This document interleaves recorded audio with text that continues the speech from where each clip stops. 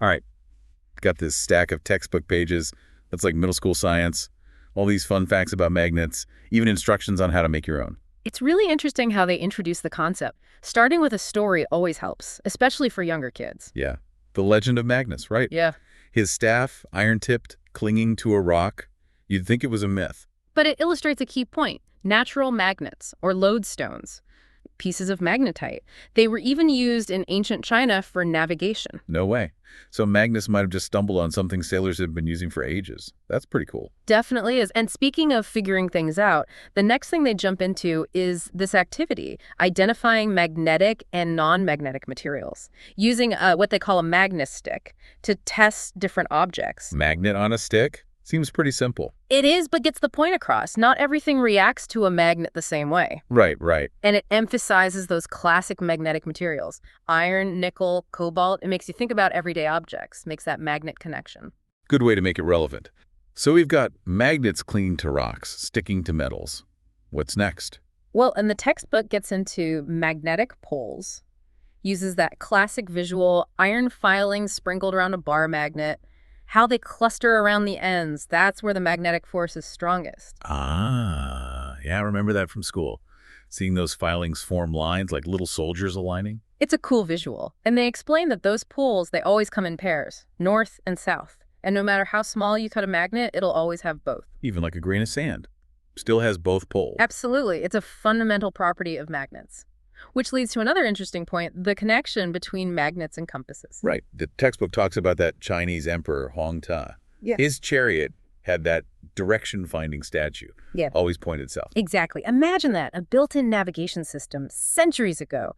Great example of how people have been using magnetic properties for a very long time. Like an ancient GPS. Yeah. More elegant, though, I'd say. And then they link this to, hanging a bar magnet from a thread, watching it align itself north-south. Exactly. That simple principle, the magnet aligning with the Earth's magnetic field, that's what makes a compass work. So that little experiment is demonstrating the same force that guided explorers. Wow. It's amazing to think about that basic principle, shaping history, allowing people to navigate, explore new lands. Puts things in perspective. Yeah, it does. Okay, so magnets have poles. They align with the Earth's magnetic field. What else is in this textbook? Well, get this. Instructions on how to create your own magnet. Wait, we can just make magnets. What's the secret? It's surprisingly simple. Stroke a piece of iron with a bar magnet, repeatedly in the same direction. Seriously, that's it. Yep. Magnetization by induction. You're basically transferring the magnetic properties from the magnet to the iron. They even suggest you can then turn that piece of iron into a compass. Just float it on a cork in water. DIY compass from scratch. This textbook is full of surprises. It really is. And it highlights another important concept, that magnetism can be induced. It can be transferred or created in materials that weren't originally magnetic. Okay, so we can make magnets, use them as compasses. Yeah. But what about those classic magnet tricks? Yeah. Where they magically stick together or push each other away? Attraction and repulsion, the dance of the magnetic poles. Right. The textbook has this experiment with toy cars, magnets attached, showing that like poles repel, opposite poles attract. Yep. And they emphasize that it's this fundamental interaction between poles, like repels like opposites attract, that gives magnets their unique behavior. It makes them so useful in so many ways. Like a magnetic personality test, attract or repel. That's a fun way to think about it. Mm-hmm. But before we get carried away with our magnetic personalities, they make one crucial point, magnet care. Right. How they can lose their properties if mistreated. Exactly. Heat, hammering, even improper storage can weaken a magnet's field or even destroy it. Dropping a magnet repeatedly can do it, or storing it in extreme temperatures. It's fascinating how something so permanent can actually be so fragile. Yeah, they've got a sensitive side, it seems. How do we keep these magnetic divas happy? Well, they recommend storing bar magnets in pairs with their unlike poles together, separating them with wood, and placing iron pieces, keepers, across the ends to help maintain the magnetic circuit. So those iron keepers are like little snacks for their magnetic energy. You could think of it that way, but really they help redirect the magnetic field back into the magnet so it doesn't weaken over time. So they need their space, but they also like to be paired up. Got it. It's all about finding that magnetic balance. This is great. We've covered so much already, from ancient lodestones to DIY compasses and magnet etiquette, feeling like I aced middle school science. You've got a good grasp on the basics, but now let's explore a different side of magnets, their materials and their applications. Oh, intriguing. What's next on our magnetic adventure? We've been talking about magnets in general, but there's a whole family of magnetic materials out there. Family reunion. Here we come. Exactly. We'll delve into the world of ferromagnetic, paramagnetic, and even diamagnetic materials. Get ready to discover that the world of magnets is far more diverse than you might think. Sounds like we're about to unlock a whole new level of magnetic understanding. I can't wait.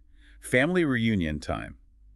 Diving deeper into these magnetic materials, ready to meet some distant magnetic cousins. Well, you already know the stars of the family: iron, nickel, cobalt. Are ferromagnetic materials strongly attracted to magnets and can become magnets themselves. Right, the superstars. But you mentioned there are other types. Exactly. There are paramagnetic materials weakly attracted to magnets. Think of them as the shy relatives at the family gathering. Got it. So magnetic but not as enthusiastic as iron or nickel. Precisely. And then there are the unconventional ones, diamagnetic materials. Oh, the black sheep. What makes them so different? They actually create their own magnetic field, but it opposes the external one. So instead of being attracted, they're slightly repelled by magnets. Wait, repelled? That's like refusing to take the family photo. Kind of. But it's useful, this weak repulsion. Some diamagnetic materials are used in magnetic levitation systems. Really? So while iron's on the fridge, these are levitating. That's amazing. Suddenly these rebellious relatives are much more interesting. It's all about the right magnet for the job and understanding the whole spectrum of magnetic behavior. Okay, so we've got this range of magnetic personalities, from the attention-grabbing to the aloof. But how do scientists figure out what goes where? It comes down to the atomic structure. See, magnetism comes from the movement of electrons within atoms. So it's not the material itself, but what's happening at the tiniest level. Exactly. In those superstar ferromagnetic materials, electrons in certain atoms have aligned spins, creating tiny magnetic domains. So each atom has its own tiny compass, all pointing the same way, making the magnetic effect stronger. That's a great way to think about it. With paramagnetic materials, it's more like those tiny compasses are pointing randomly. No overall magnetic field until an external magnet comes along and encourages some to align. Easily influenced by a strong magnetic personality. Exactly.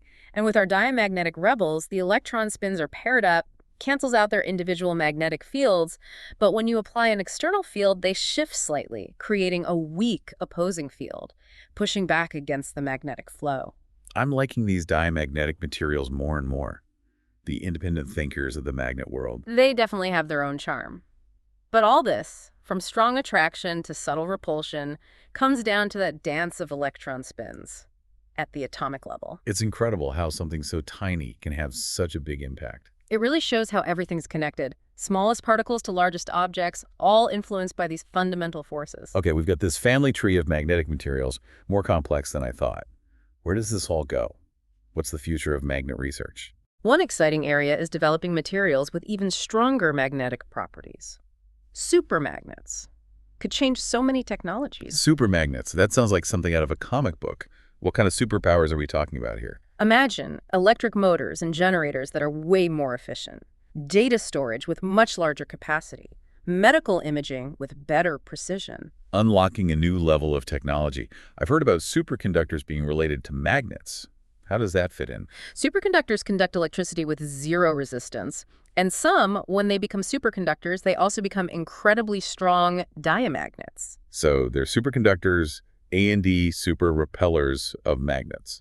Seems like a paradox. That's what's so fascinating about superconductivity. It opens up possibilities. Things like magnetic levitation for high-speed transportation, trains gliding above the tracks, no friction. And that would be amazing. But what are the challenges with supermagnets and superconductors? One of the biggest is that most superconductors only work at very low temperatures, makes them difficult to use in many real-world applications.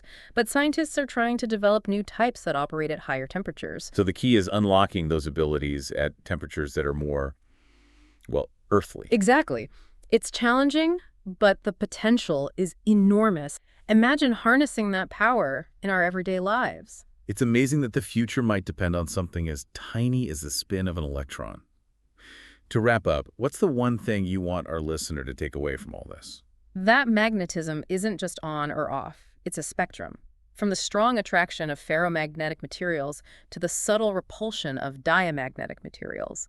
And as we keep exploring the atomic world, we'll likely discover even more amazing things about magnetism. It's a good reminder that even in a field like magnetism, there are still so many mysteries to uncover. Okay, so we've gone from magnets on refrigerators to levitating trains. Now I'm curious about something the textbook mentioned, the Earth's magnetic field. The whole planet acting like a giant magnet. It is remarkable. Remember those bar magnets? Imagine one, planetary scale. It extends from the Earth's core out into space. It creates a shield, protects us from solar radiation. So it deflects those charged particles from the sun. Exactly. Life on Earth wouldn't be possible without it. Makes you appreciate compasses even more, huh? Tapping into a force that's essential for us. But if Earth's a giant magnet, does it also have, like, a north and south pole? It does. But here's the thing.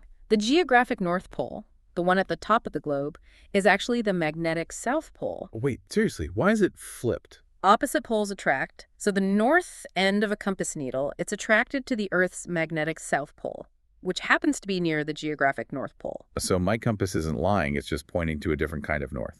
Never thought about it that way. It does seem counterintuitive, but makes sense when you understand magnetism. Right, like those diamagnetic materials. Seem to break the rules, but they're just following a different set. This makes me wonder, what creates this massive magnetic field in the first place? Scientists have been fascinated by that for a long time. Most likely, it's the movement of molten iron in the Earth's outer core. Molten iron. Like a giant ocean of liquid metal under our feet. Exactly. As it moves, it creates electric currents. And those generate the magnetic field, like a massive dynamo inside the planet. Wow, that's an incredible image. Constant churning, generating this force that reaches thousands of kilometers out. So it's not just static, it's being created and maintained all the time. That's right. And it changes, too, fluctuates in strength and direction. Huh. There's even evidence that the magnetic poles have flipped multiple times throughout history. Flipped. North becoming south and south becoming north. It seems that way. It's rare, though, happens every few 100,000 years. But when it does, it can have big impacts. What happens during a pole reversal? Does everything just go crazy? Well, the Earth's magnetic field weakens a lot, makes us more vulnerable to that solar radiation. It could disrupt things like navigation systems, power grids, even affect animals that use the magnetic field to navigate. Sounds pretty intense. So a compass wouldn't be much use then. Yeah. Do scientists know when the next one might happen? It's unpredictable, unfortunately. No precise timeline. But they're monitoring the magnetic field constantly, looking for changes. So this invisible shield protecting us could just flip at any moment. That's both fascinating and a little scary. It reminds us that even something as constant as the Earth's magnetic field, it's actually dynamic, always changing. We need to keep researching, keep observing to understand it better. We've explored a lot in this deep dive, from the basics of magnets to the workings of Earth's magnetic field. What stands out to you the most? It's amazing how much a simple magnet can tell us about the universe. From fundamental forces to the processes inside our planet, it shows how interconnected everything is. That's a great way to put it. And for you listening, we hope this has sparked your own curiosity about the world around you. Remember, there's always more to discover, even in the everyday things. Sometimes the most unexpected places, like a magnet, can hold the keys to unlocking some pretty big mysteries. Well said. Until our next deep dive, keep exploring, keep those magnetic minds curious.